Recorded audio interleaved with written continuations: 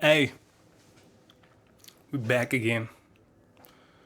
You know, another episode of the Brown Recluse, keeping the shit going, keeping things moving on from the last episode.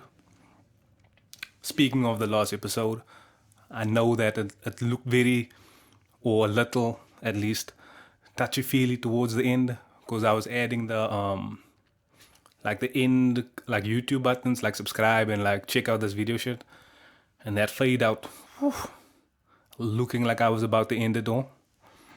But thankfully for y'all, I'm still here. Never gonna die.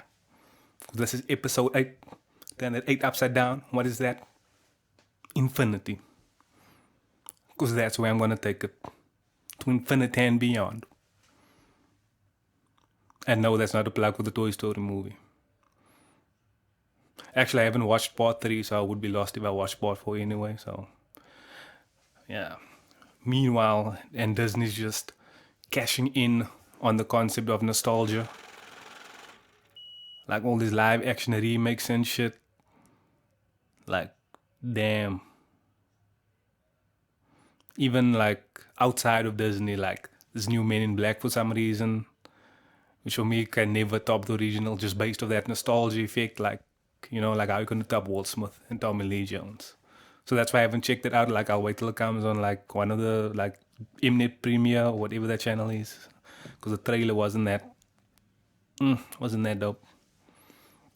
But back to Disney, more specifically Marvel. I went to check out Far From Home on Monday, and that shit was fire, yo. Like, there's no way you gonna, if you do watch it, there's no way you're gonna walk away from it and be like, oh, I saw that coming. You know what I mean? Like, there's at least one or two moments that are gonna catch you off guard. You know what I mean? Like, it was like even the action sequences, like the illusion sequences were really dope the way they put it together. So yeah, it was really dope. And then I also read like a fan theory. I actually read this just after Endgame came out. Just like talking about the future of like the MCU in terms of like what's happening in Phase 4. So basically the fan theory was they might just split it up. Like, Thanos was like the villain for the whole in-game saga. So for the next saga, they might just have more than one. So where it's split between like earthbound threats, like on like a Spider-Man level, and then you'll have cosmic threats like Captain Marvel, Fantastic Four level. So like I don't know if that's what's gonna happen, but like based on some of the scenes and some of the small Easter eggs and these moments that I saw in Far From Home, I do see that as a possibility. But I don't want to spoil it. But yeah, but stay for the credit scenes though. For some reason, like when I was watching it, nobody knew that Marvel throws in credit scenes, or maybe they just didn't bother to wait. But yeah, I was just like there. Just me and maybe like 2 or 3 other people, and then the mid credits came, which, wow, I didn't see that one coming so soon. But yeah, so you know what I mean. Spider-Man's gonna be on some shit in that one, and then you get like the end credit scene, which doesn't really give much away, but it serves the theory of the cosmic threat being more relevant in Phase 4. Also, like if you're gonna stay with the end credits, it's a lot of credits, like 15 minutes later. Like, and I was the only one there, so it was like just before like the end credits started, I had to see the lights come on, and like the cleaning staff's like coming in to clean, and they're like, "Oh shit, you're not done it." I'm like, "Nah, it's end credits, baby. Gotta watch the full thing." So then they just left again. But that was a dope movie. Even there was some dope like sequences and yeah, there's just small Easter eggs, man. That like if you're a Marvel fan, you'll appreciate. And I mean, yo, will Tom Holland be the face of Phase 4? Now it sounds kind of crazy as being that how Spider-Man going to be like the leader or, able to take on major threats and villains and shit. But you gotta remember he has access to like Stark Industries tech. So I don't know. I'm just saying, Spider-Man might be the next one, the next main guy. And then also got to give special mention to Jake Gyllenhaal for just killing it as Mysterio. To me, top 5 Spider-Man villains, like from like Sam Raimi to this, his top 5. And I was wondering, like speaking about nostalgia, like how this kind of effect that we have, man, when it comes to nostalgic shit, where we have this mentality of like the good old days, and it's like it will never be better than the original and shit like that. I'm not saying they're not great because like they were, but like I don't think like you can just automatically disqualify everything new as like nah, it's not gonna be better than that. Because I mean, like with this, if you look at Homecoming, also like it could be up there, possibly better than a lot of the older ones. So, but I mean, it's all subjective. Um, but yeah, shout out to Jake Gyllenhaal, who has a solid filmography. Because I was watching this, I can't remember what YouTube channel it was, but basically he breaks down like all like his iconic roles, and it's like he had some big roles like Donnie Darko, which I never watched, but I always heard about it. And then Brokeback Mountain, which I also didn't watch, but it's fine because apparently Disney's remaking it, starring Lil Nas X and Jussie Smollett. I don't know if that's true. I just saw it on Facebook. He was in Nightcrawler, which I really fuck with that movie. And then what's the other movie? I actually watched it early in this year. It's like based around the Boston bombing. Strong, I think it's called that, but like he had a solid performance in that also. So you gotta put some respect on Jake Gyllenhaal's name. Yeah. But acting is a real special profession. So shout out to all my actors, pretending to be other people on camera for our entertainment.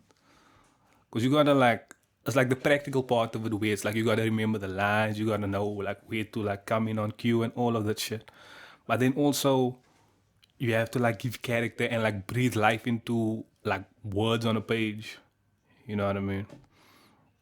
Then if you look at like the level actors take it to, like the dedication they put in, if you look at the body transformations of like, for example, Christian Bale to go from like, I think it's The Machinist, where he's like super like skinny and shit, to go boom from that into like Batman, where he's like, bulked up and shit.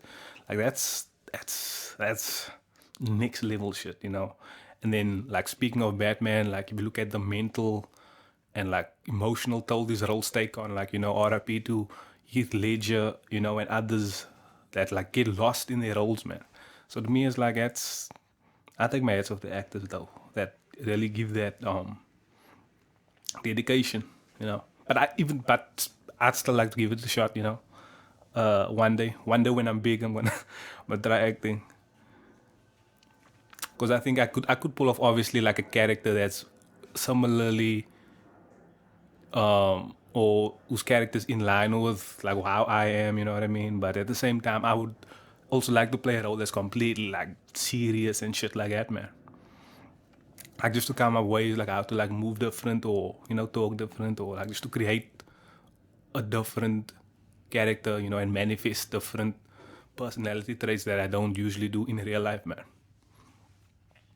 Because also I think it would also even be more tough to like do some biopic shit where I'm supposed to be like playing out the life story of someone that actually lived.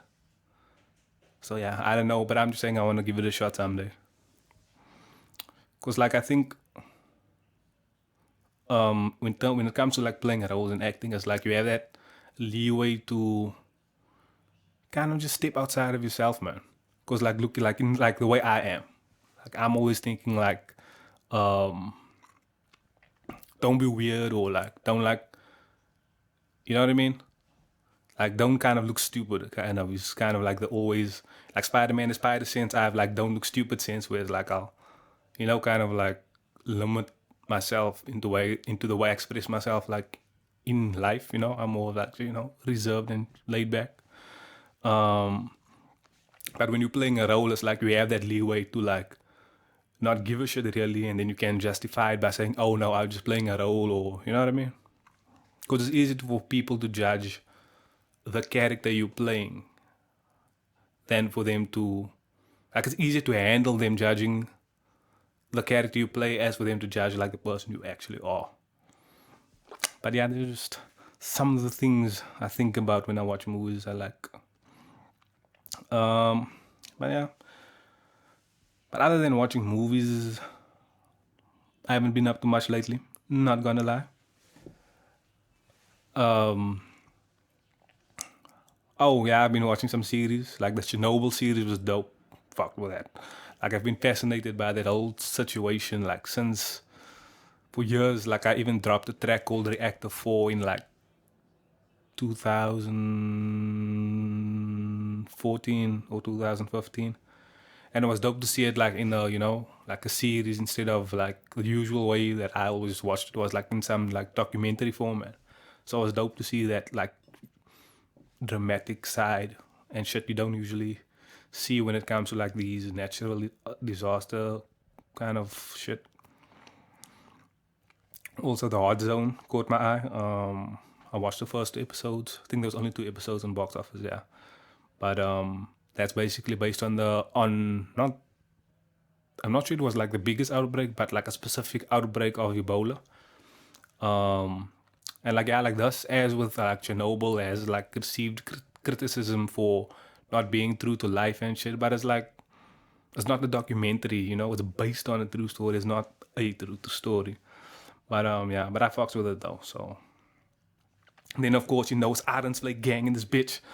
I thought, I'm still keeping up with that show and all this messiness, and I thought I had the shit figured out. But then boom, people are like clapping people and like guns are being hidden and shit. So now I'm again like, yo, I have to piece the shit again together. Uh, I'm pretty sure there's still that acting and all just waiting for me somewhere. They just need, I don't know what it's gonna be, but I know that show needs me. You know, shout out to Beatrice. That she's thick with 2 C's. She could be my principal any day. Although it'll be a whole different kind of series. But anyway. Oh yeah, with like sports, like there was some international shit going down. USA once again just fucking it up. Won the Women's World Cup, which went as expected. Like they didn't really have real challenges except England, which I thought could have been the only upset, and they beat them in the semis, so obviously they won the final. Copa America, Messi once again not getting close to a major like international title.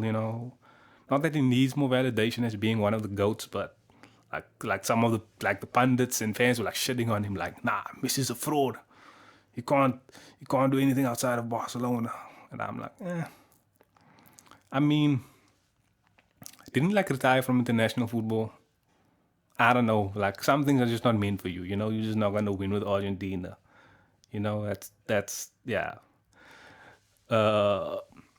Speaking of soccer, Bafana, they're still in AFCON. At least they are currently as I'm recording this. So to say they're exceeding expectations is an understatement. By the time you hear that they might be in the last 8 or they might not be, I don't know. Like if they make it to the last 8, like that's equivalent to them winning it. Like for us, because we don't yeah. Then there's cricket. Oh yeah, the national cricket team apparently took over the mantle of being trash from Bafana. So yeah, they just yeah. And I don't really watch cricket, like that's just too long. But with my egregious lack of cricket knowledge, I'm predicting India-Australia final. Like I'll watch it if it's like at the stage where it's like so and so needs 50 runs of 30 balls, like then I'll watch it. But I'm not watching that shit from start to finish. Nothing against it though. Like I'm cool with cricket because it seems like that sports where you can like do it and have a career in it, but still like have like a dad bod, man. Like you don't need to like be in like extra crazy shape, and speaking of like dad bod and shit, look, I'm just a lovable capitalists trying to capitalize off of shit. So you know what I mean. The plus size model things into I'm about to be the first plus size male model. I'm a cash in on that shit. I'm gonna start movement by just putting that shit in my IG bio. Also, I've noticed these like plus size IG models. Then they just fat thoughts in like underwear. Like there's a difference. Like you both can't claim the title. Because that sounds mean, but like to me, you give someone praise and like applause based on effort put in, man. So even if you look at a plus size model, like they put like effort into their appearance, like still managing the body in some way, the wardrobe, makeup, like quality content. And then you just see like some fat bitch in some underwear, and it's like, nah, you can't be an IG model. My opinion. Yeah, because if you do something, you gotta go all in. Like like rappers always rapping about like being on drugs and shit. Like if you're not smoking that out of a glass pipe or injecting it into your eyeball, don't claim that drug life. You know what I mean? Don't be fronting on us. If you rapping about being a druggie, then gotta go all out. But that's just me. I just like to go big or go. So I'm just saying.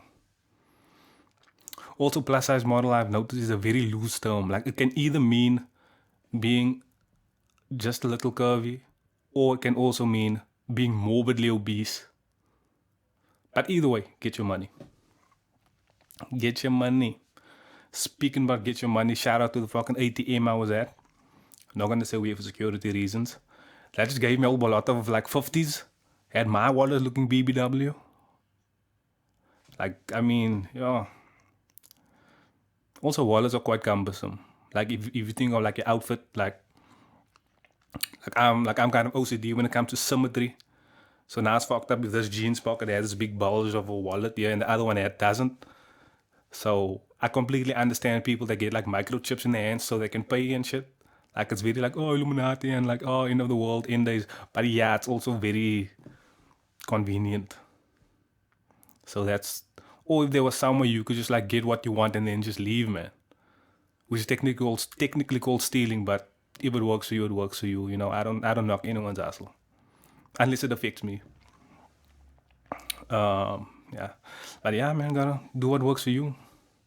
Which I think is like the one of the kind of more good points you can take from this podcast. Is do what works for you.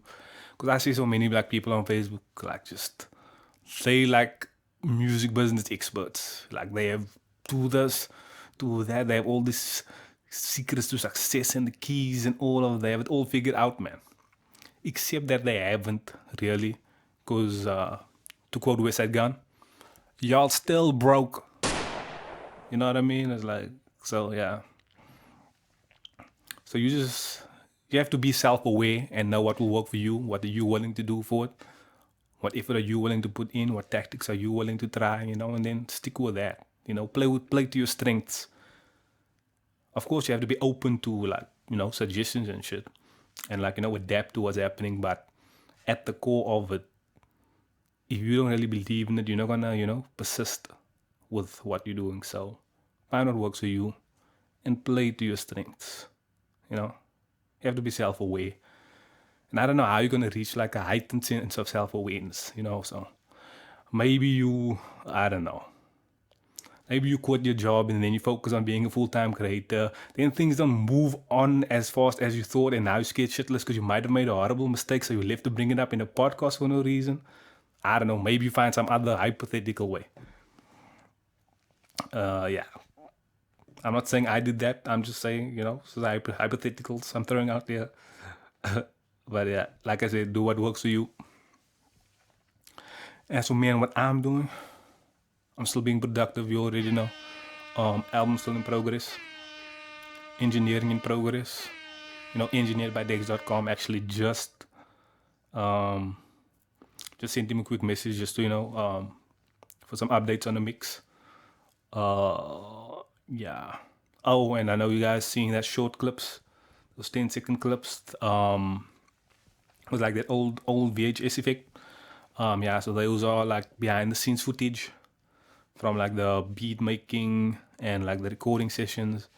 Like there's like 4, 5, maybe 6 hours worth of just footage. So I was like, I'm no way releasing all of that shit. So it's like, it's very short, just 10-second clips, just to let you know I'm working on that album, or I've worked on the album. Yeah. And then also there's the other snippets, with my virtual reality face filters and shit. Yeah, those are, that's not from like the next album. That's like the new album. That's the album after this album. It might be the album after the album that's after this album, because I'm just stacking beats at the moment. So you know what I'm saying? I got so much new bangers, new fire. But yeah, I'm still working on that. So I'm just throwing up clips, just to see if something hits specifically, or if not, I'll just go with my gut feeling as usual, as with what I'm doing with the album after next. So I'm getting shit done for the album after the next album. So I'm getting things done while I'm getting some new things started, because I be putting in that work. Because that's another thing I've been seeing, like people post like, oh, I work so hard, or like, oh, this artist is like one of the hardest workers ever. Like, nah, they're not though, are they?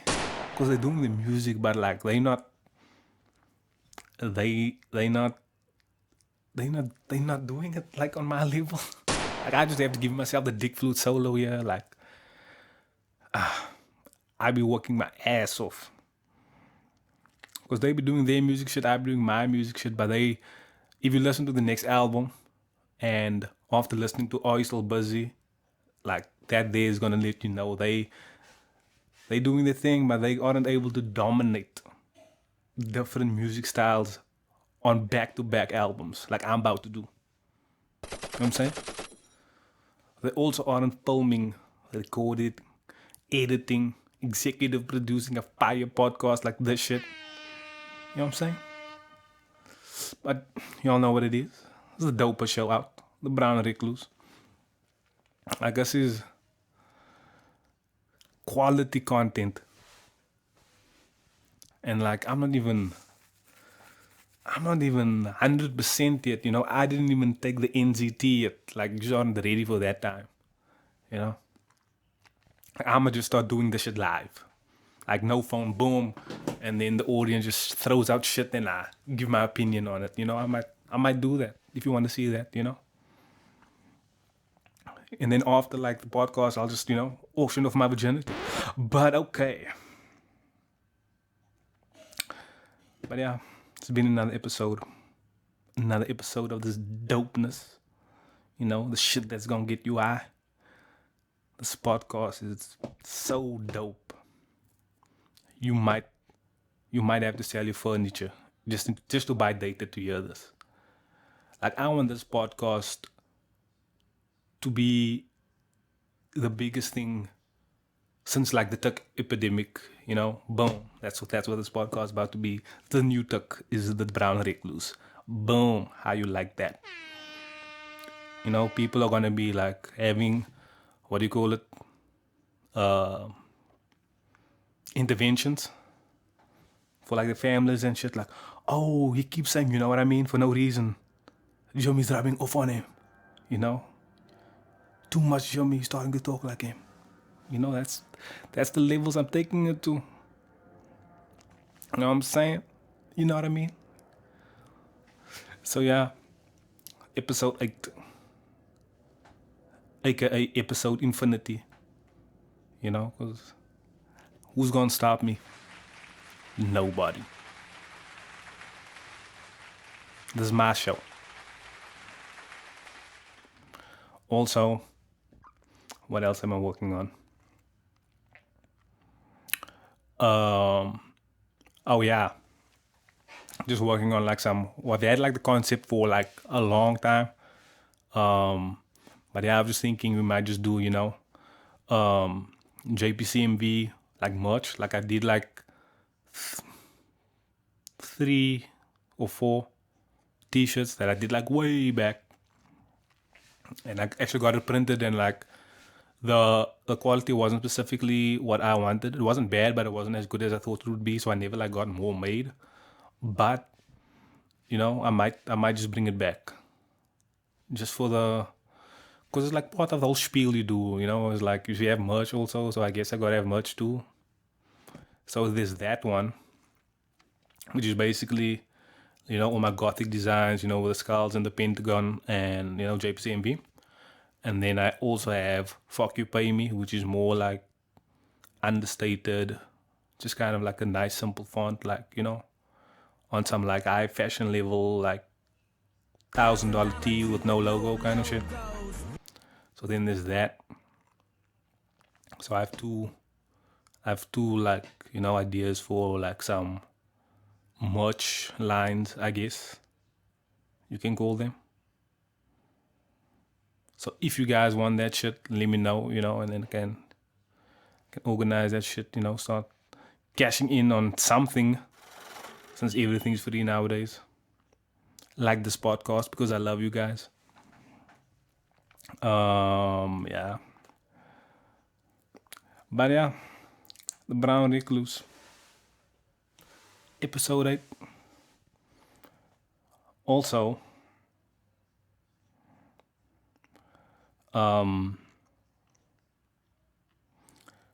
yeah, Brown Recluse, episode 8. Like, it sounds like I'm rambling. I'm trying to stretch just to fill that off hour. So, yeah, there's a term there. I'm just reaching for straw or something. Is that the term? I don't know. I can't remember. But anyway, be sure to check out my singles compilation on Bandcamp, like, because I'm kind of running out of space on SoundCloud for the next album because it's like slightly longer than my albums normally are, because my albums are like usually around a half hour and the new one's longer.